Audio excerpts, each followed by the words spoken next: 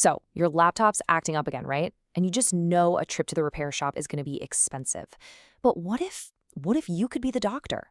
Well, in this explainer, we're going to give you the tools to diagnose and fix some of the most common laptop issues all by yourself. It's going to save you time, cash, and a whole lot of headaches. You know that feeling, right? That sinking feeling in your gut when your laptop starts slowing down, acting weird, or just stops working?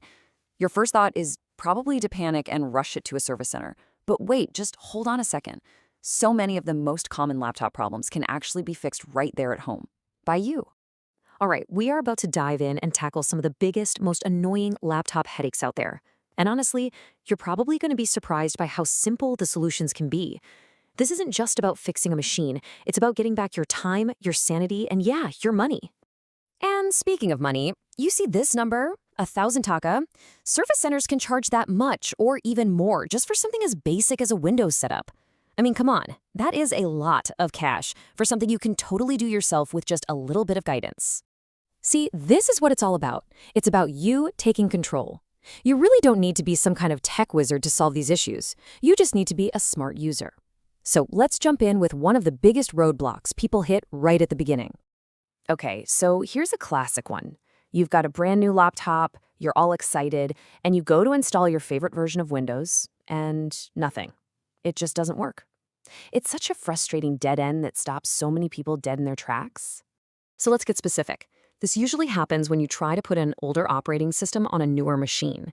And a great example to illustrate this is trying to install, say, Windows XP. You might find that a modern OS installs just fine, but you try XP, and the setup just crashes and the laptop reboots. It's weird, right? Why would that happen? Exactly.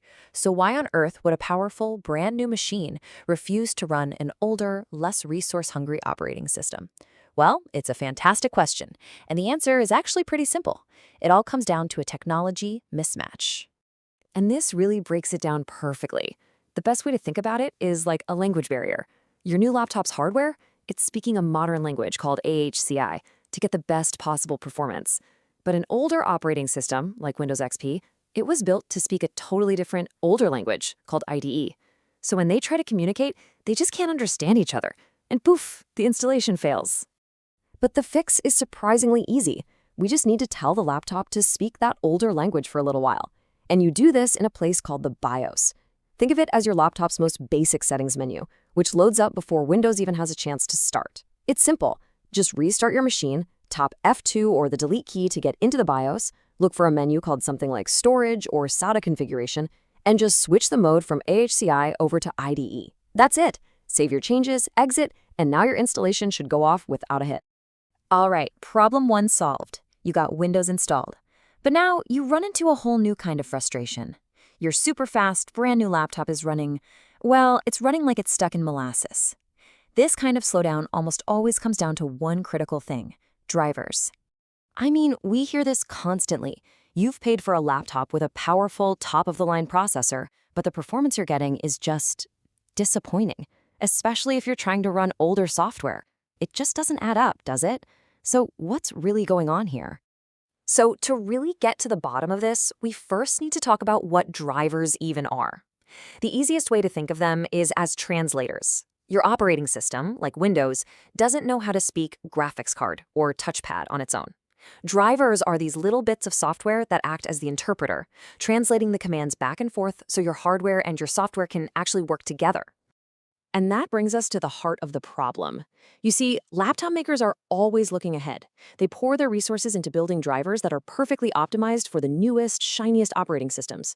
They rarely go back and make official drivers for older systems to run on their new hardware. So when you install that older OS, you're stuck using generic or mismatched drivers. And a mismatched driver? It's like having a really, really bad translator. The basic message might get through, but it's going to be slow, clumsy, and super inefficient. So here's a little pro tip for you, and it's a big one.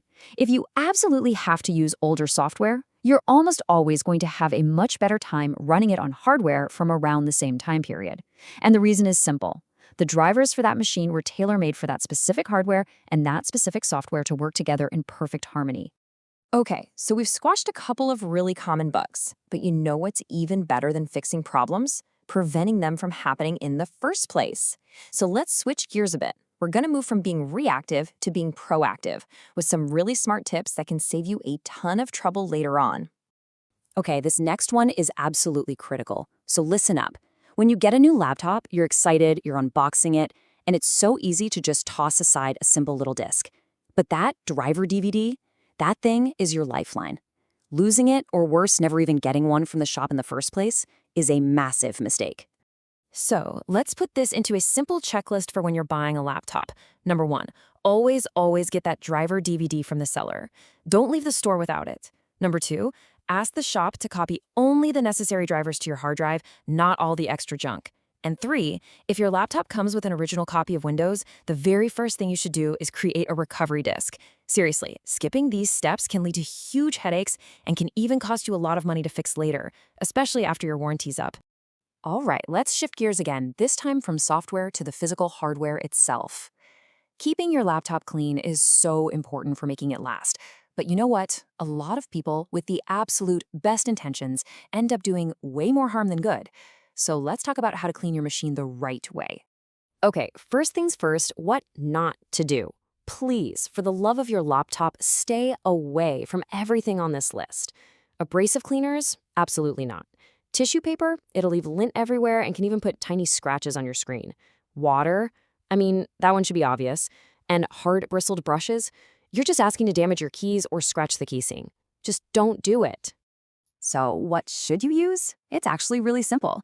A proper LCD cleaner kit is great, of course, but honestly, a simple, soft, lint-free cloth will do the trick for most things. And here is the best pro tip of all. Go buy a soft little paintbrush. For just 10 or 15 taka, you'll have the absolute perfect tool for gently brushing dust out of your keyboard and from inside your cooling vents. It's a game changer. When you boil it all down, this is really the main point. Being a smart, informed user is your #1 defense against tech problems. It's all about knowing a few simple tricks, taking those key preventative steps, and just treating your laptop with a bit of care. So I'm going to leave you with this one question. After everything we've talked about, what's one simple, smart thing you're going to do for your laptop today? Are you going to go find that driver disk? Or maybe finally give it a safe, proper cleaning with a soft brush? It doesn't have to be big. These small actions really do make a huge difference in the long run.